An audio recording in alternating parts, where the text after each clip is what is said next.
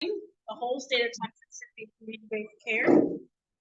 That was the whole state of Texas should be community-based care by 2029 is the goal. And the really thing is really pushing it back onto the community that these kids are from, to really be that village behind the youth. So for us, and just to kind of put that in vision, you have the youth, and at the center of it, us all working together to provide support for that youth and being that village for that youth to hopefully help them find permanency and success throughout their journey.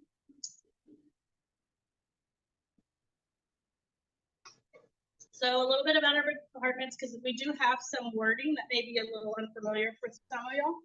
So we have our regional team, which is myself. I'm the regional director for this region. And we have Cynthia Ramirez, who is the community liaison.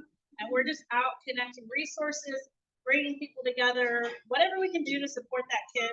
We're here in the region, here to support you and part of the regional team for the East.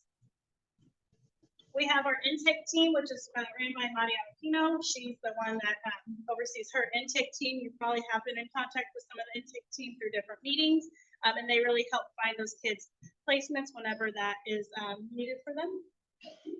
We have case care, which is done by Yvonne Phillips. She's our director of support services.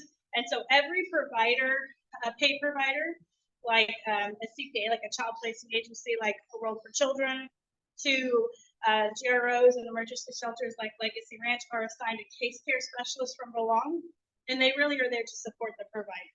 They're not assigned to unpaid, so you won't have them for your kinship placements and things like that. Your family engagement specialist is ran by Stephanie. I'm going to say your last name completely wrong. I just scratch. I always just don't say it. And she's here with us today. On the left, do you want to talk a little bit about your department and where maybe they will see you in terms of their case?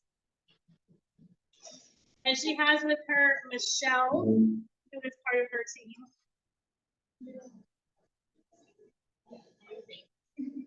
So I used to be the facilitator for this whole area, but now Michelle has taken over, and so you'll see her in younger conferences, case studies, anything like that, where you have all of the case parties come together, and so she'll be facilitating those, emails from her, like coordinating and setting up those, all of those meetings.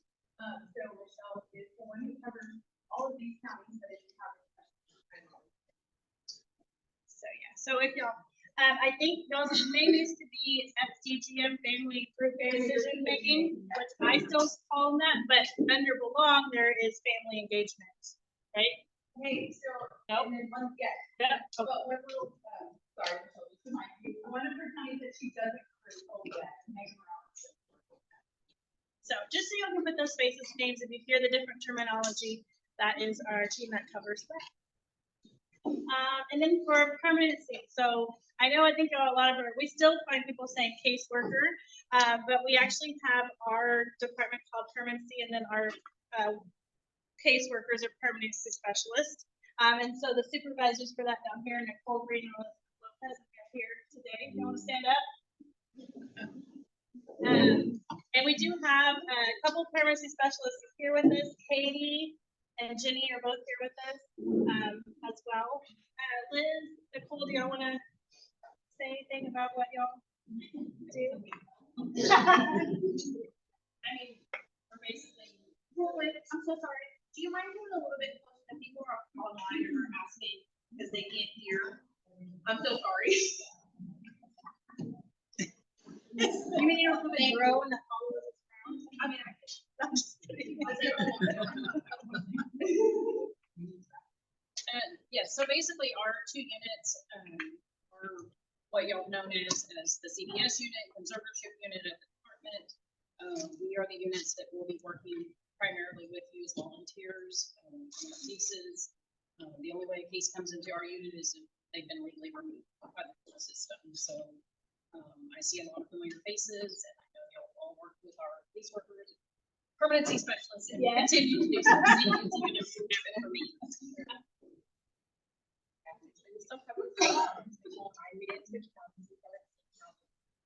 Our teams do look a little different in transition. So if there's ever a case that you don't know who the worker is, reach out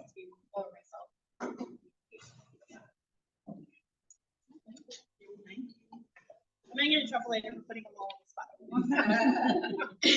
Adoption, she's not here with us, but Marie Spinrath is the supervisor for the adoption unit. So if you work with any adoption workers, that's who supervises that unit. And then we also have a kinship unit, which is run by Monica Morones. She handles those ones that are placed in kinship placements, really providing those supports for her. And there's we actually have a couple of kinship workers that are actually down here in this area that live here. And then there's like contact information if y'all need anything. But I just wanted to open up for questions. I know we've been doing this for a while, and we came and presented to CASA. Oh gosh, I don't even remember. It's been a long time, at least a year, if not more, when all this was happening. And now we've really made that transition over in community-based care. We've been doing it now for not quite a year, but getting there with the stage 2. But do y'all have any questions or anything like that that we can help answer? Or I will try to help answer. If not, I'll defer to my panel over there. And then if not, we will write it down and give you an answer. I had one on, do you know if and when Belong will take over? We will not take over the area that falls into, I don't even know what region that falls into. 11. See, that's why I bring the panel of experts with me. Region 11. And so whenever they go out for bid, and I don't know their process, I don't know how they design the layout and stuff, but that is part of Region 11. I was told that they were going to, but they just didn't know when. Yeah, they're probably going to go community-based care. They just won't necessarily be Belong. It'll be whoever else gets that contract. Whenever you're an SSCC, which is single source continuum contractor, you can only have 2 contracts. So we'll have the big contract we have, and why we're putting in the proposal for Bear, so that would be considered 2, which it makes sense. Bear is right in the middle of our catchment area, so it makes sense we go for that. But right now, Wyatt Stage can only have 2 areas. Now, will they combine that to 1 once we get it? Because our goal is to make it all big 8B again. We're not sure, but they will go out for bid. I just don't know whoever gets the bid. Thank you. Yes, ma'am. I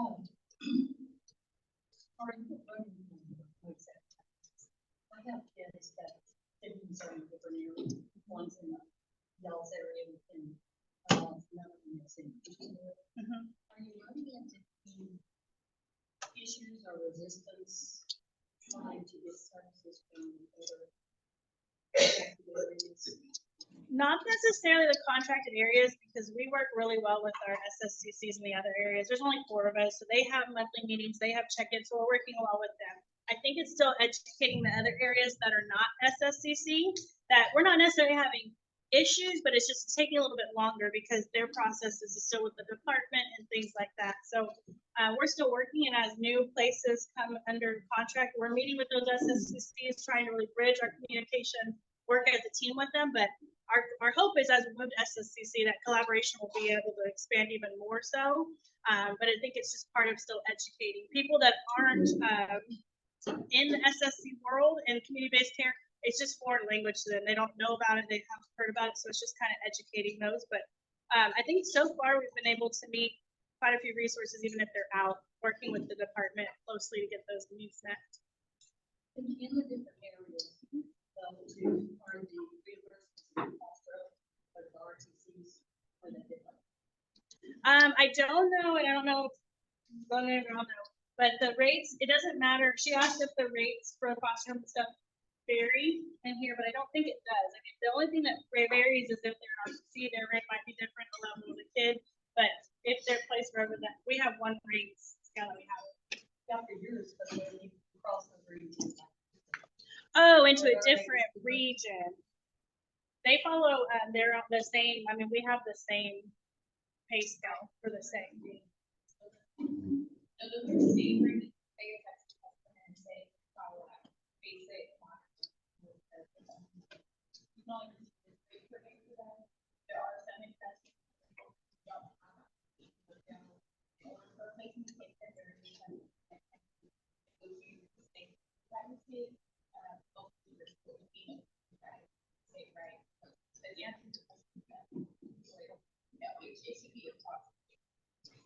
Okay, So it would Yeah. be. So if we place the kids, if we place the kid in Houston, they're not gonna be like, well, it's less money or more money. No, it's not.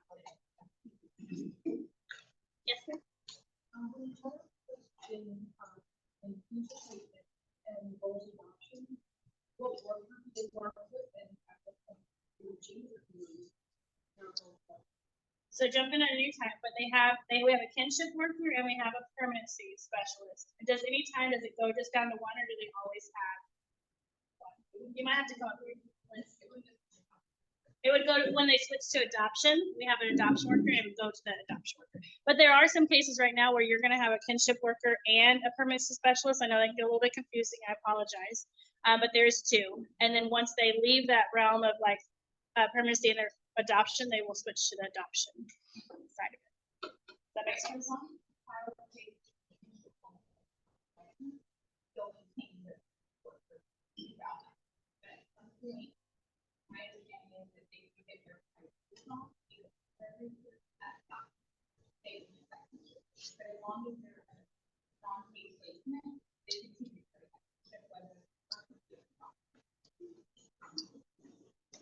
And you have some kinship families that are licensed, not licensed. You have some that there's just their home. When you get into kinship, there's so many different avenues, right? You go from one kinship family to another kinship placement, so there's so many avenues. But yeah, we do have an adoption for that. You'll see the two whenever it's the permanency and the kinship. Any other questions? Yeah. If not, Liz is gonna sing us a song.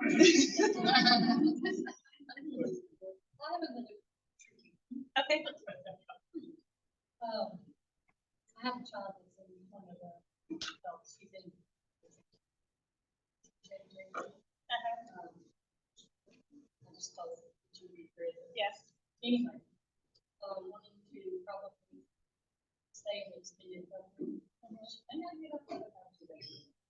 Or she does not go to like a halfway house. And the question is not that she wanted to stay in extended program. That would not be possible if she was placed in a facility that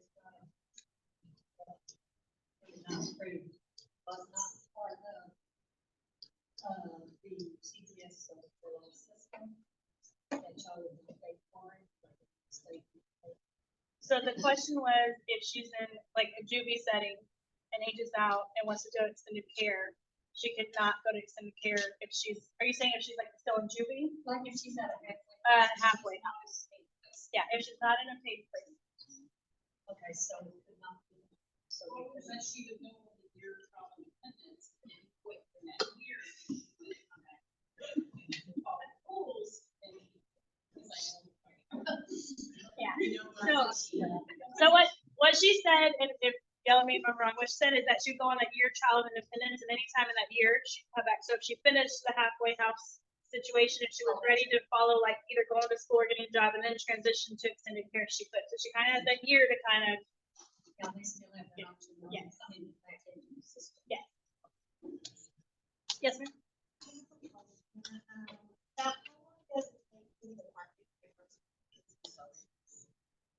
How long does it take to get birth certificates and socials? Like initial, well, I have a 16-year-old that is wanting to get his driver's license and be a production. And we're just waiting on the birth certificate and the social. He can get his As a big one, and submitted, a lot of times it depends on what you're applying. Here we can get it, or down other places where we can more, and have to go and figure it out. whenever I asked him what he was test, the whole person said that she was good. And she was great. Whenever I asked him when he was born, I still not remember that. His case got back. So the workers could know where he was born, and you could go down. I mean, there is two parts of it, but if you wanted to, for like, also parents, or someone from home.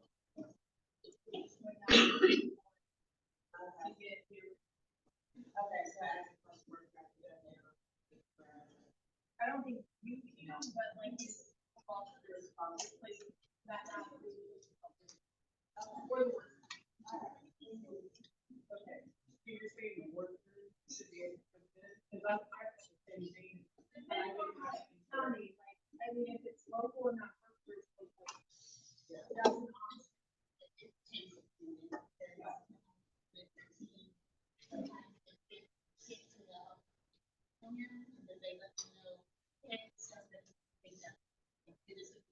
We have to, and take it back. The transition along, and so what works. And so we're trying to get a new partner, but I've been asking for.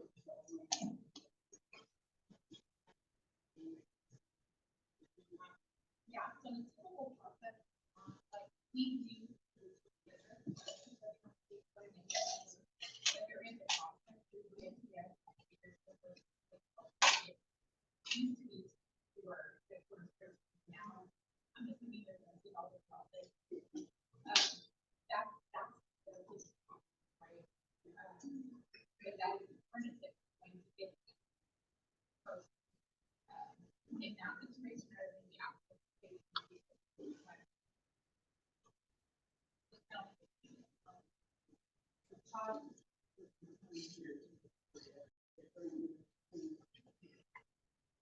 And it will be awesome. So this is kind of different. All of our kids are they understand.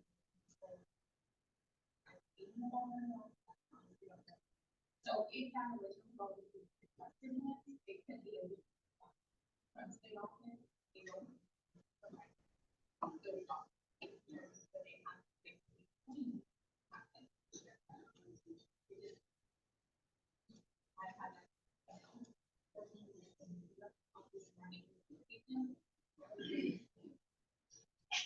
So it sounds like you're.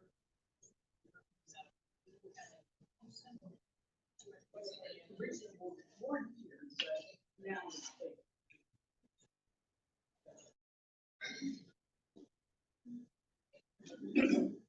So yeah, that is one that definitely varies. It varies on, so basically what they were saying is, there is paperwork that the permanency specialist would submit to get the, birth certificate and the documents for them. But there are certain cases, depending on the case and depending on the county, that like, if the child is from Victoria County, there is a way where like the legal guardian or the foster parent could go down to Victoria County courthouse and request the documents. That's, it varies case by case and who has that ability to do that. Who had, there's a couple hands up and I missed them. There. Okay. Well, where and so I called the county, asked them what the requirements were, they explained to my lawyers, I'm not authorized to get it, but they said if you turn the line or another attorney associate case, gave a letter, then it would be to get it. And so the attorney gave a letter to the Western Farms, but she got it. Yeah, so I think that's very much varies per county and who they are and their processes, and some will allow it, some not. So like the official process, like you said, is to submit the paperwork and wait it that way. There are some ways around it of going to local offices, but it's not one size fit all. You can't do the same process everywhere. And we've worked with another situation where if the child is adopted and the child has birth certificate, the child's name, the way you have to get that, you will not register the county or the privacy purposes. So you have to go to Health Texas Health and Human Services and then that will actually put that information and get the original or the original for the child. Because sometimes when they're adopted, of course, their name is changed, but it's, and they may have a social security number with the name of the adopted parents, and then the birth certificate is still in others, and they don't actually. Yeah. So that's, you have to go to Health and Human Services, and they have access to those birth certificates that were pulled from. Yeah. Is there any other questions? I feel like I missed another hand. No? Tim, you have any questions? I know we have a 6-month meeting. Yes.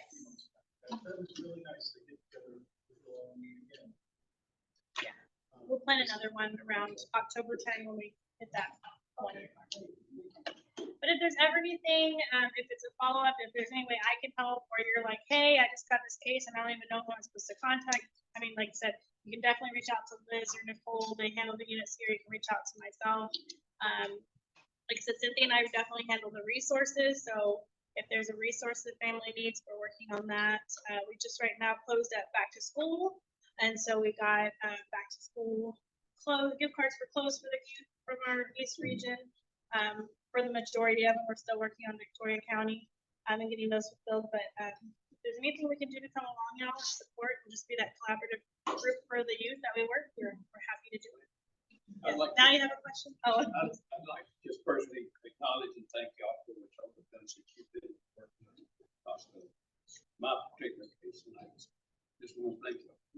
well, thank you. It's a team effort, and I know it's sometimes not the easiest process. We're learning it too, and so we're each just providing everybody grace because it's things we're learning that maybe worked before or worked when we were in stage 1 isn't working, and we're always trying to pivot and move and grow with this. But really, there was no template on what community-based care is. It's really making that fit for your communities, and so we've adjusted and done things, and it's really about wrapping around our youth from our communities with local resources, educating the community on what's going on. I know y'all probably know that too, but in bigger counties and bigger areas where there's children's shelters and things like that that are in your face, you see it. But down here, a lot of times we go into the rural areas.